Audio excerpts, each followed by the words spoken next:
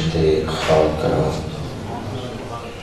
لائق حمد تیری ذات کے معبود ہے تو، اور لائق سجدہ تیری ذات کے مسجود ہے تو۔ اول حمد ثنا الہی جو مالک ہر دا، اس دا نام چتارن والا کسے میدان نہ ہردا۔ اللہ تعالیٰ کی حمد کے بعد بے شمار درود و سلام اس ہستی پاک پر جو معرفت الہی اور عرفان الہی کا باعث ہے، جو مقصود تخلیق کائنات ہیں۔ عجیب فیض ہے آقا تیری محبت کا، درود تجھ پہ پڑھوں اور خود صبر جاؤں۔ حمد و صلات کے بعد حضور کی آل پر، آپ کے اصحاب پر، آپ کی امت کے اولیاء پر اللہ بے شمار رحمتوں کا نزول فرمائے۔ دنیا میں ہمیں ان کے نقش قدم پر چلنے کی توفیق عطا فرمائے، اور آخرت میں ہمیں ان صالحین کی معیت عطا فرمائے۔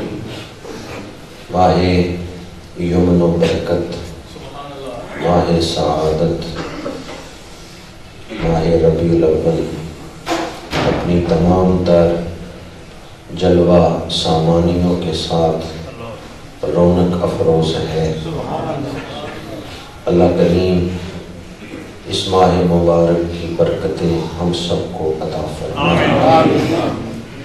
اس مہینے کی ایک بہت بڑی برکت اور شان یہ ہے کہ جب یہ مہینہ آتا ہے تو دلوں میں عشق رسول اور محبت رسول پہلے سے زیادہ بڑھ جاتی ہے۔ یہ مہینہ دلوں میں حضور کی محبت میں اضافے کا باعث بنتا ہے۔ یوں حضور کے تذکارے جمیلہ ہوتے ہیں، یوں حضور کی شانیں بیان کی جاتی ہیں کہ جو نسبت رسول ہے وہ مضبوط سے مضبوط تر ہو جاتی ہے۔ آج چند گھڑیاں محبت رسول کے موضوع پر ہی گفتگو کروں گا۔ اللہ تعالی حق گوئی کی توفیق فرمائے۔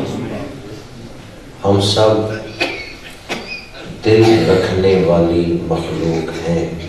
اللہ نے انسان کو دل عطا فرمایا ہے، اور دل جذبات کا منبع ہے۔ اسی سے محبت نکلتی ہے، اسی سے نفرت نکلتی ہے۔ دل کسی سے محبت کرتا ہے، کسی سے نفرت کرتا ہے۔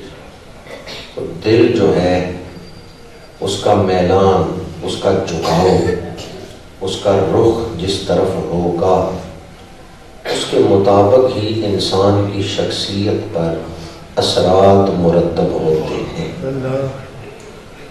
بعض محبتیں ایسی ہیں کہ دل اگر ان کی طرف جھک جائے، دل میں وہ محبتیں آ جائیں تو انسان برباد ہو جاتا ہے۔ لیکن حضور کی محبت ایسی ہے جو برباد کو بھی آباد کر دیتی ہے۔ بعض محبتیں ایسی ہیں جو دل کو سیاہ کر دیتی ہیں، لیکن حضور کی محبت دل کو روشن کر دیتی ہے۔ بعض محبتیں دل کو بے چین کر دیتی ہیں، پریشانی پیدا کر دیتی ہیں۔ حضور کی محبت دلوں کو سکون عطا کرتی ہے۔ خوش نصیب ہے وہ شخص جس کے دل میں حضور کی محبت ہے۔ اللہ جس پہ کرم کرنا چاہتا ہے اسے اپنے محبوب کی محبت عطا فرماتا ہے۔ فلسفیوں کے ہاں، علماء کے ہاں یہ بات بھی زیر بحث رہی ہے کہ محبت کی جاتی ہے یا محبت ہو جاتی ہے۔ یہ بھی علماء کے ہاں زیر بحث بات ہے۔ ایک طالب علم کی حیثیت سے جہاں تک اس آخر نے قرآن و حدیث کو پڑھا ہے، محبت اختیاری ہے، تو یہ نہ کہے کہ بھئی پیدا ہو جائے تو ٹھیک ہے، نہ ہو تو پھر پیدا تو نہیں کی جا سکتی، تو میں کیسے دل میں نیک لوگوں کی محبت پیدا کروں؟ میرے دل میں محبت پیدا ہی نہیں ہوتی۔ بندہ یہ نہیں کہہ سکتا محبت اختیاری ہے۔ اگر محبت اختیاری نہ ہوتی تو اللہ یہ حکم نہ دیتا قُلْ لَا أَسْأَلُكُمْ عَلَيْهِ أَجْرًا إِلَّا الْمَوَدَّةَ فِي الْقُرْبَى، لَا أَسْأَلُكُمْ عَلَيْهِ أَجْرًا، میں تم سے کوئی سوال نہیں کرتا کہ جو دین تمہیں پہنچایا ہے إِلَّا الْمَوَدَّةَ فِي الْقُرْبَى، مگر یہ کہ جو میرے قریبی ہیں، قرابت دار ہیں، ان سے محبت کرنا۔ تو یہ آیت بتا رہی ہے کہ محبت اختیاری ہے، اس لیے تو حکم دیا جا رہا ہے کہ ان سے محبت کرو۔ جو آیت میں نے خطبہ میں پڑھی اس میں بھی جو اسلوب ہے، جو انداز ہے، وہ بتا رہا ہے کہ محبت اختیاری ہے۔ قُلْ إِن كُنتُمْ تُحِبُّونَ اللَّهَ، اے محبوب فرما دیجئے اگر تم اللہ سے محبت کرتے ہو، فَاتَّبِعُونِي يُحْبِبْكُمُ اللَّهُ، تو میری اتباع کرو، اللہ تمہیں اپنا محبوب بنا لے گا۔ اب یہ جو الفاظ ہیں ان کنتم تحبون اللہ، اگر تم محبت کرتے ہو اللہ سے، تحبون اللہ میں فاعل انتم ضمیر، یہ نہیں کہ اگر تمہیں محبت ہے، یہ نہیں فرمایا، بلکہ انداز ہے اگر تم محبت کرتے ہو، تو اس سے بھی ثابت ہوتا ہے کہ محبت اختیاری ہے۔ بعض لوگ اس کو سمجھ نہیں پاتے اور وہ یہ سمجھتے ہیں کہ نہیں محبت پیدا نہیں کی جا سکتی۔ اس پر ایک اور آسان سی دلیل دے رہا ہوں قرآن مجید سے، وَالَّذِينَ جَاهَدُوا فِينَا لَنَهْدِيَنَّهُمْ سُبُلَنَا، وہ لوگ جو ہمارے راستے میں کوشش کرتے ہیں، پوری کوشش کرتے ہیں، ہم ان کے لیے اپنے راستے کھول دیں گے۔ اس آیت کی تفسیر میں بھی مفسرین نے لکھا ہے کہ بندہ کوشش کرے، اللہ اپنی محبت کا خزانہ اسے عطا کر دے۔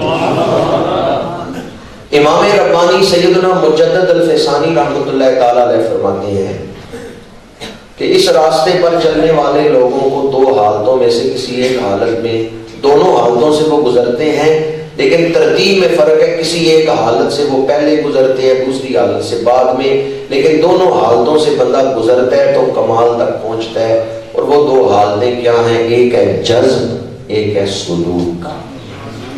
جذب یہ ہے کہ دل میں کشش پیدا ہوئی، اللہ کی محبت، اللہ کے رسول کی محبت، آخرت کی محبت، کشش پیدا ہوئی دل میں، اور اس نے بندے سے نماز پڑھا لی۔ وہ جو دل میں کشش تھی دین کی، اس نے نیک عمل کروا لیا۔ تو بعض اوقات اس طرح ہوتا ہے کہ جذب پہلے ہے، سلوک بعد میں، یعنی کشش پہلے دل میں اور اس راستے پر جو عمل ہے وہ بعد میں۔ لیکن کبھی ایسے ہوتا ہے کہ سلوک پہلے اور جذب بعد میں، دل میں کشش تو نہیں ہے لیکن بندہ حکم شریعت پر عمل کر رہا ہے، جو شریعت نے حکم دیا وہ عمل کر رہے ہیں، عمل کرتے کرتے وہ وہاں پہنچ جاتا ہے جہاں کشش پیدا ہو جاتا ہے۔ اب آپ انتظار نہ کرتے رہیں کہ میرے دل میں پہلے محبت پیدا ہو تو پھر میں دین پر عمل کروں گا، میں کیا کروں، میرے دل میں نماز کی محبت ہی نہیں، میں کیوں پڑھوں نماز؟ نہیں، اللہ نے فرض کیا ہے، اب نماز پڑھیں۔ جب آپ دین پہ عمل کرنا شروع کریں گے آہستہ آہستہ محبت پیدا ہو جائے گی۔ کہیں زندگی اپنا وقت، اپنی عمر اس انتظار میں نہ ضائع کر دیں کہ جی پہلے دل میں وہ تڑپ پیدا ہو جو مجھے تہجد کے لیے اٹھائے، پھر میں تہجد پڑھوں گا۔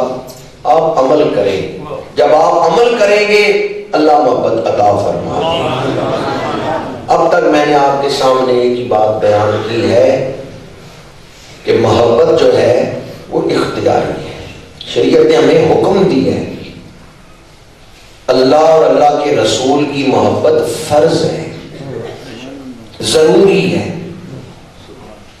یہ نہیں کہ مرضی ہے تو کریں، مرضی ہے تو نہ کریں، بلکہ یہ تو فرض ہے، اس کے لیے تو زندگی عطا کی گئی ہے۔ زندگی کا مقصد اللہ کی پہچان، اللہ کی معرفت، اللہ کا قرب، اللہ کی عبادت، یہ زندگی کا مقصد ہے۔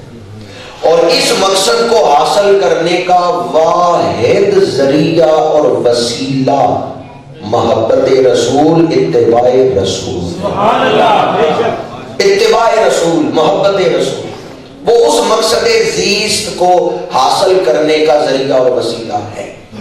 اس لیے جب بندہ مرتا ہے قبر میں جاتے ہی پہلا سوال ہی یہ کرتے ہیں من ربک، زندگی ضائع کر کے آئے ہو یا پہچان کے آئے ہو کہ اللہ کون ہے؟ ما دینک ما کنت تقول فی حق ھذا الرجل، یہ اللہ اور اس کے رسول کے بارے میں قبر میں جاتے ہی کیوں پوچھا جا رہا ہے؟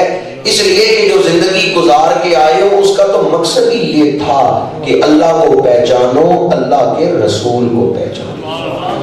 رسول کی پہچان ہوگی تو اللہ کی معرفت حاصل ہو جائے گی۔ ایک حدیث اس پر سنا رہا ہوں کہ محبت اختیاری ہے۔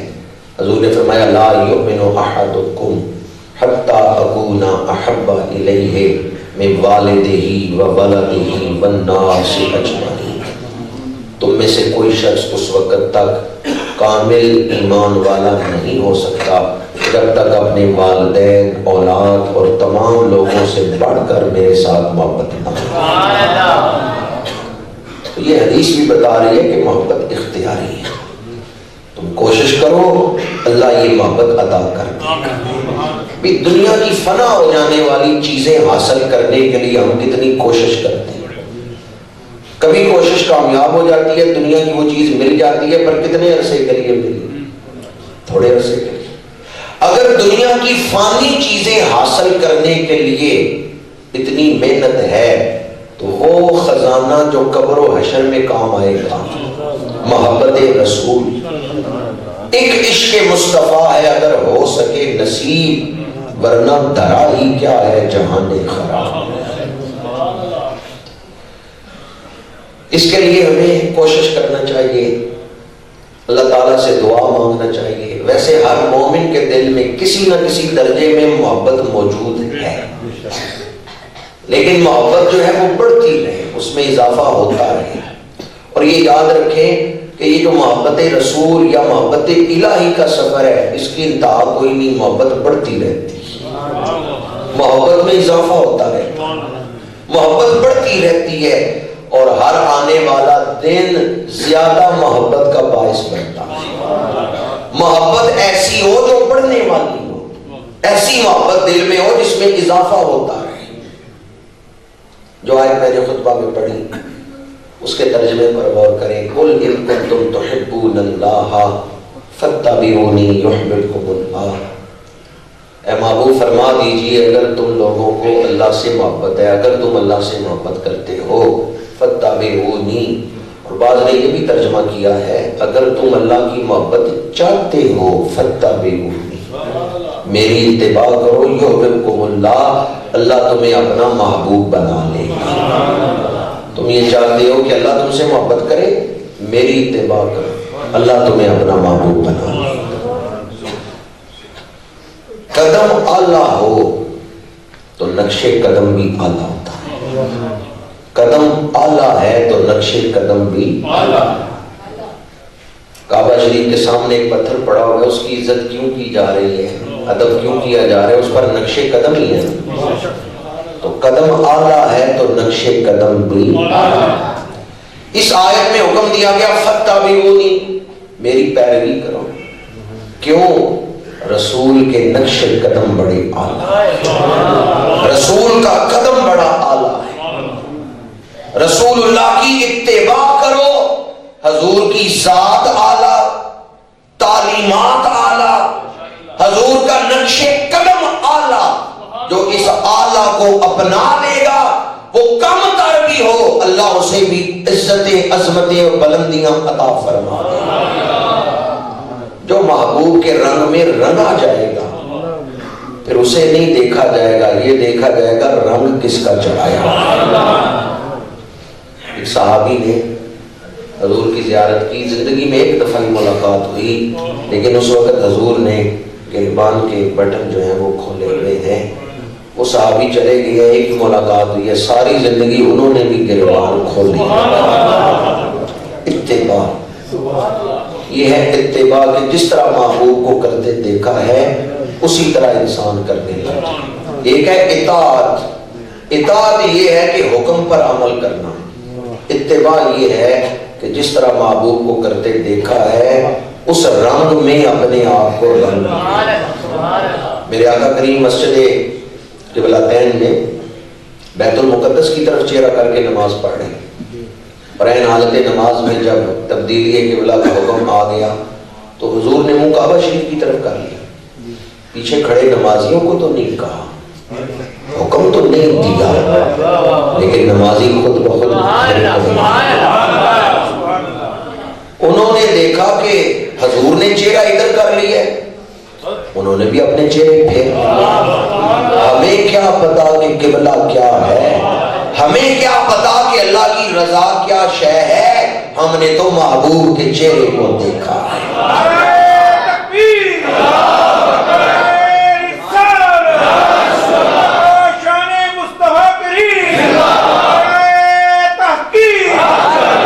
میرا عشق بھی تو، میرا یار بھی تو، میرا دین بھی تو، ایمان بھی تو، میرا جسم بھی تو، میری روح بھی تو، میرا قلب بھی تو، جند جان بھی تو، میرا قبلہ کعبہ مسجد تے حرم، میرا مصحف تے قرآن بھی تو، میرا دھرم بھی تو، میرا بھرم بھی تو، میری شرم بھی تو، میری آن بھی تو، میرا حج نمازاں فرض فریضے صوم صلاۃ آذان بھی تو، میرا ذکر بھی تو، میرا فکر بھی تو، میرا ذوق بھی تو، وجدان بھی تو، کل نبیاں دا سلطان بھی تو، نالے عرشاں دا مہمان بھی تو، یہ یار فرید قبول کرے سرور بھی تو، سلطان بھی تو.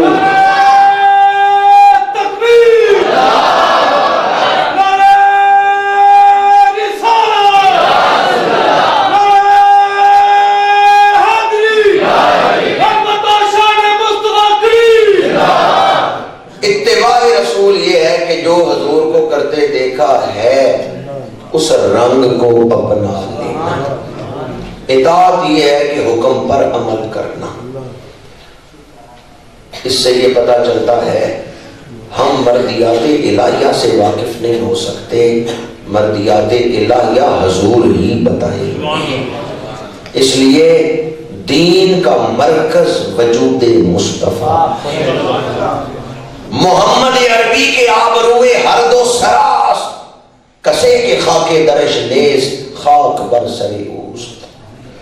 دو جہانوں میں معرفت خداوندی کا باعث سبب اور دروازہ رسول ہے. جو اسے چھوڑ دے وہ دو جہانوں میں ٹھوکریں کھاتا رہتا.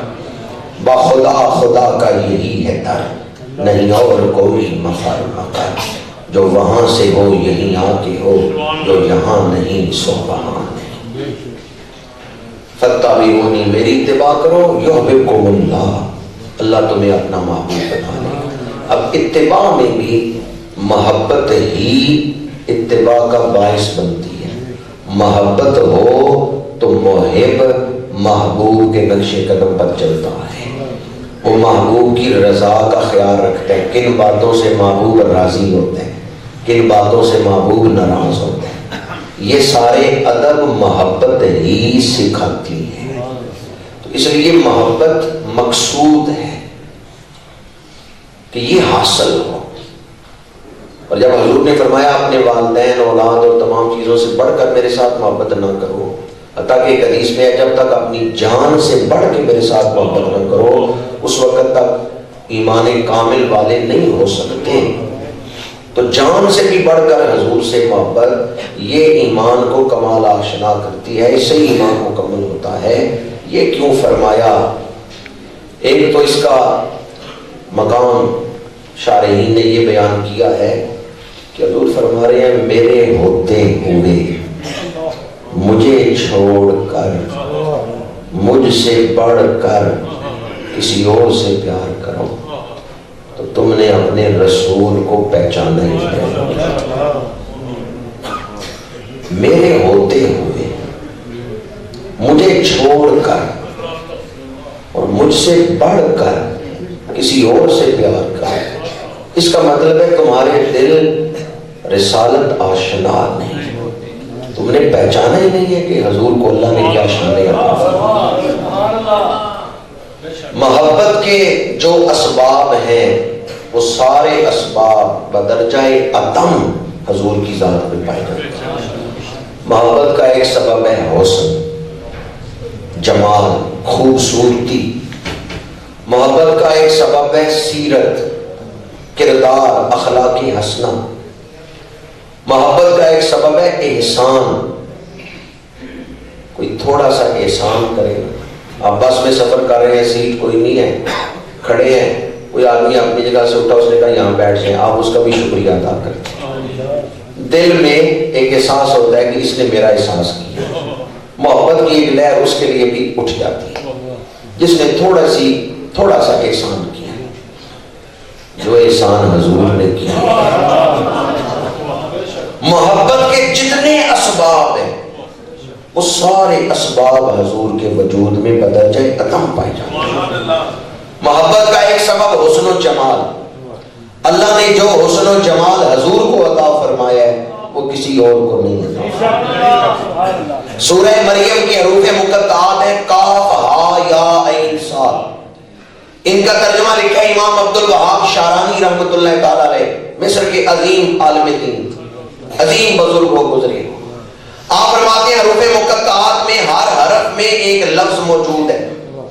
جب اللہ حضور کے ظاہری وجود کو بنا رہا تھا، وہ جسم پاک جو 12 ربیع الاول کی صبح حضرت بی بی آمنہ کی گود میں آیا ہے، جب اللہ حضور کے وجود مبارک کو بنا رہا تھا تو فرما رہا تھا کاف ہا یا عین صاد کن ہا یا عبداللہ صورتیں یتجملوا بجمال اللہ۔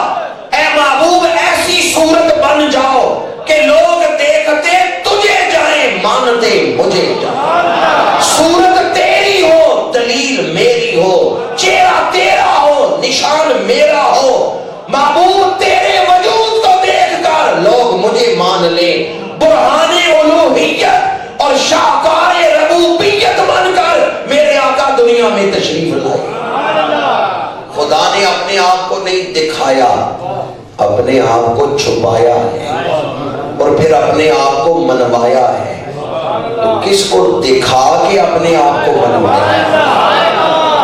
کس کو دکھا کے اپنے آپ کو منوایا ہے؟ برہان الوہیت وجود مصطفیٰ۔ حضرت جناب شیخ خدا کرم اللہ وجہہ الکریم یمن میں ہیں، کچھ عرصہ آپ یمن میں رہے ہیں۔ وہاں دیگر مذاہب کے لوگ آپ کی خدمت میں آئے، اہل اسلام بھی موجود تھے، حضور کا حلیہ بیان کریں۔ ان یمنیوں نے حضور کی زیارت نہیں کی اور حضور حیدر کرار سے کہتے ہیں حضور کا حلیہ بیان کریں۔ حضور حیدر کرار حلیہ بیان کر رہے ہیں، حضور کے چہرے مبارکہ کا ذکر، پھر آنکھوں کا ذکر، اور پھر آپ فرماتے ہیں آنکھوں میں پلکیں لمبی ہیں اور آنکھوں کے اندر جو سیاہ حصہ ہے وہ خوب سیاہ ہے۔ جب یہاں پہنچے ہیں تو ایک یہودی کہتا ہے شیر خدا ٹھہر جائیں، اگلا حلیہ میں بیان۔ آپ نے فرمایا تو نے حضور کی زیارت کی ہے؟ اس نے کہا نہیں میں نے زیارت نہیں کی۔ آپ نے فرمایا زیارت نہیں کی تو پھر حلیہ کیسے سناؤ گے؟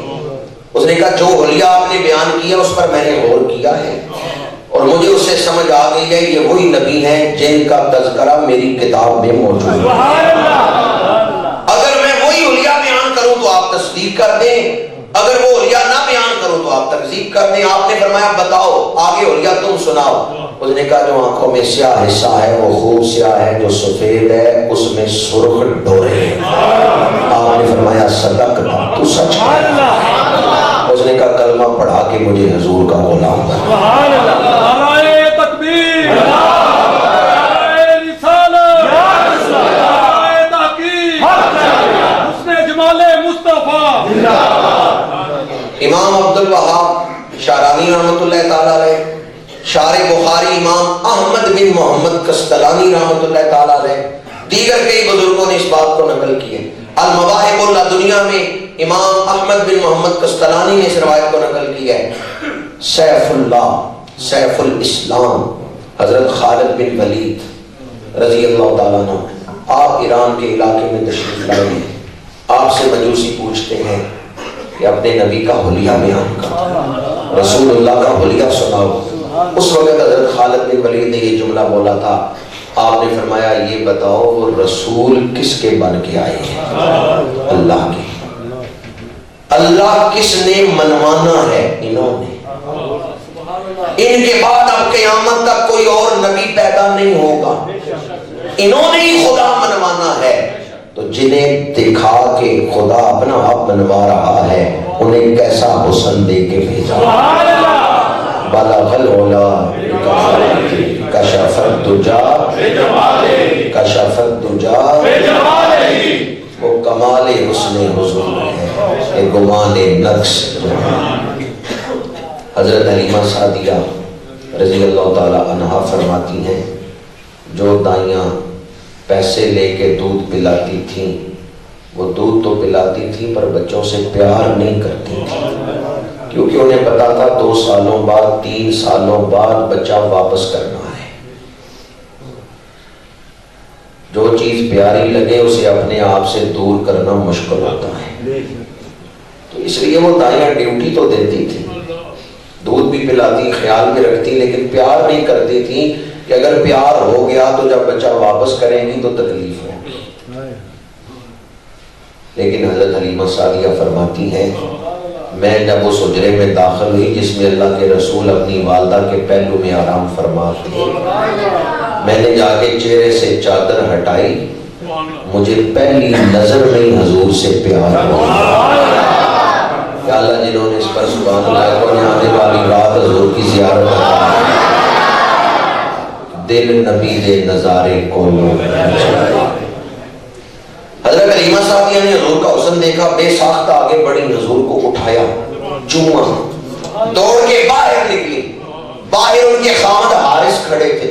کہا حارث دیکھو کتنا سونا بچہ ہے، کیا آج تک تم نے اتنا سونا بچہ دیکھا ہے؟ حارث زیارت کر کے کہنے لگے نہیں حلیمہ اتنا سونا بچہ میں نے نہیں آج تک. حضرت حلیمہ سعدیہ فرماتی ہیں میں نے بھی اتنا سونا بچہ نہیں دیکھا. دونوں میاں بیوی یہ کہہ رہے ہیں اتنا سونا ہم نے آج تک نہیں دیکھا. ادھر حلیمہ خود سے صدا آ رہی ہوگی، اے حلیمہ تو اتنا سونا کیسے دیکھ لی؟ بنانے والے نے آج تک اتنا سونا بنایا ہی نہیں.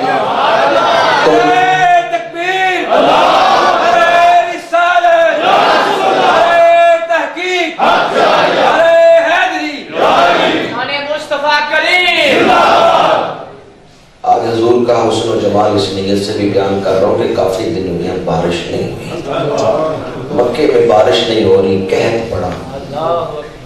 قرب و جوار کے لوگ اکٹھے ہو کے آگے جناب ابو طالب کے پاس، بارش نہیں ہو رہی. جناب ابو طالب نے حضور کا ہاتھ پکڑا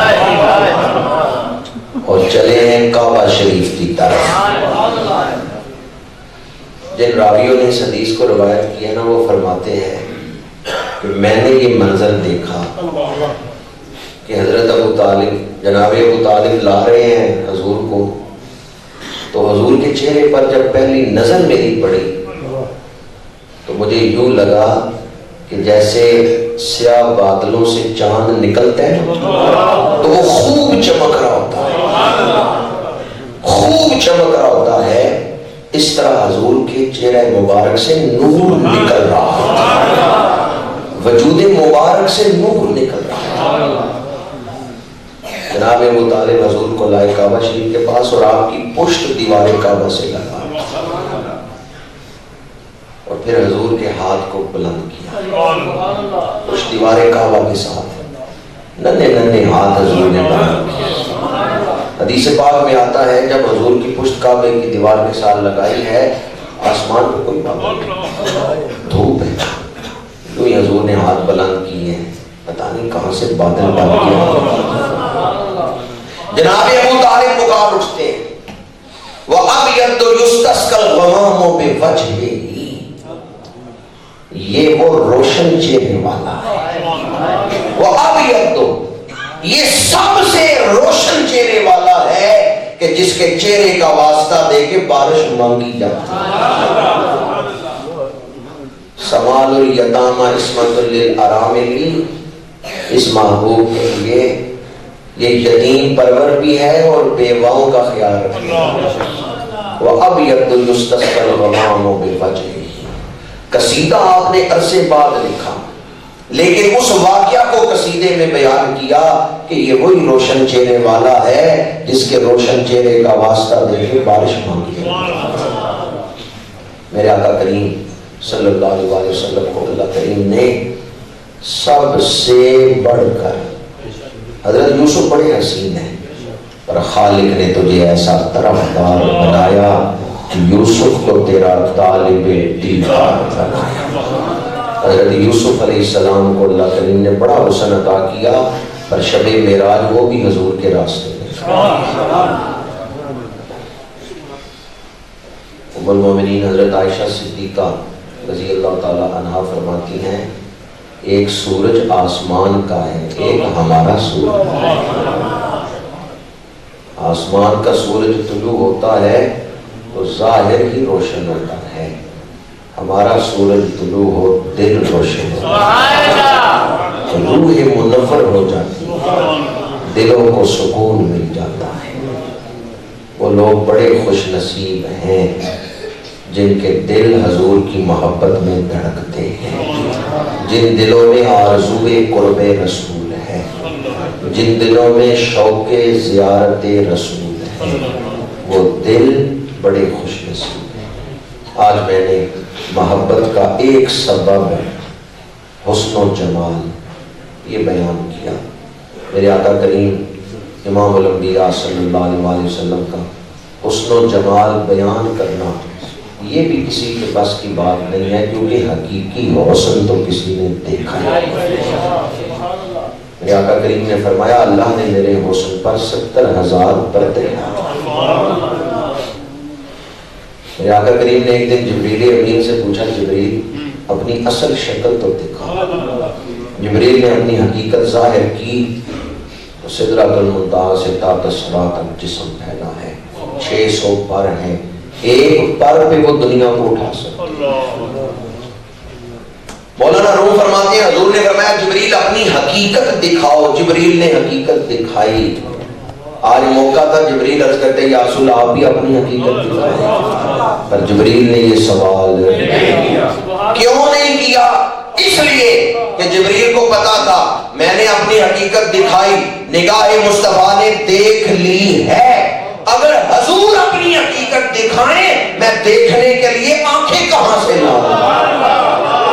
وہ اگر جلوہ کرے کون تماشا ہے؟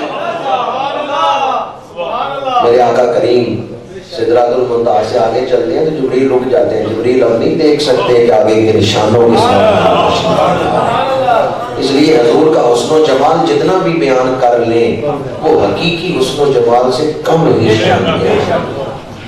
حضرت ویسے کرنی رضی اللہ تعالیٰ عنہ نے صحابہ سے پوچھا تھا جب صحابہ سے ان کی ملاقات ہوئی کہ بتائیں حضور کے یہ ابرو ملے ہوئے تھے یا جدا؟ تو صحابہ نے کہا سیدنا صدیق اکبر، فاروق اعظم، مولا علی یہ صحابہ ہی نظر اٹھا کے دیکھ سکتے تھے، ہمارے اندر تو جرأت ہی نہیں تھی کہ ہم نظر اٹھا کے دیکھ سکتے۔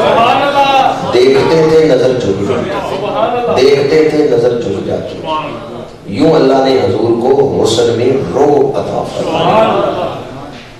میں نے اس لیے بھی ذکر کیا حسن و جمال محمدی کا، محب کو محبوب کی زیارت کا شوق ہو، زیارت نہ ہو تو وہ محبوب کے حسن کا ہی تذکرہ کر لے۔ محبوب کے حسن کا تذکرہ بھی قرب محبوب کا ذریعہ بن جاتا ہے۔ اس لیے شارحین نے یا محدثین نے حضور کا حلیہ بیان کیا حدیثوں میں، تاکہ حضور کا حلیہ پڑھنے سننے سے حضور کا قرب محسوس ہو، بلاغی الوہیت بنا کے بھیجا ہے۔ ان کے چہرہ پاک کو کیا کیا تاثیر عطا فرمائے، ان کے چہرہ پاک کو کیا کیا جلوے عطا فرمائے۔ اللہ تعالی ہمیں انہی جلووں کا عاشق بنائے، اللہ تعالیٰ ہمیں اسی حسن کا غلام بنائے۔ سراپا حسن بن جاتا ہے جس کے حسن کا عاشق، بتا ہے دل کوئی ایسا حسین بھی ہے حسینوں میں۔ سمجھے شیخ کا مطلب کیا ہے؟ کہ جس کے حسن کا عاشق خود حسین بن جاتا ہے، جس کے حسن کا عاشق خود حسین بن جاتا ہے۔ بدر اچھا ہے فلک پر نہ ہلال اچھا ہے، چشم بینا ہو تو دونوں سے بلال اچھا ہے۔ سراپا حسن بن جاتا ہے جس کے حسن کا عاشق، جن کے حسن کا دیوانہ خود حسین بن جاتا ہے۔ کیا حسن ہے وہ کہ اگر کوئی اس حسن کا دیوانہ بنے تو وہ خود بھی خوبصورت بن جاتا ہے، وہ خود بھی حسین بن جاتا ہے۔ اللہ تعالیٰ ہمیں فنا ہونے والی دنیا کی محبتوں سے بچائے اور وہ دائمی محبت عطا فرمائے جو قبر و حشر میں کام آئے۔ انہی الفاظ پہ گفتگو کو سمیٹتا ہوں۔ محبت کے باقی اسباب، عظمت سیرت اور احسانات، یہ انشاءاللہ العزیز یا محبت کن ذرائع سے حاصل ہوتی ہے، یہ انشاءاللہ آئندہ جمعۃ المبارک پہ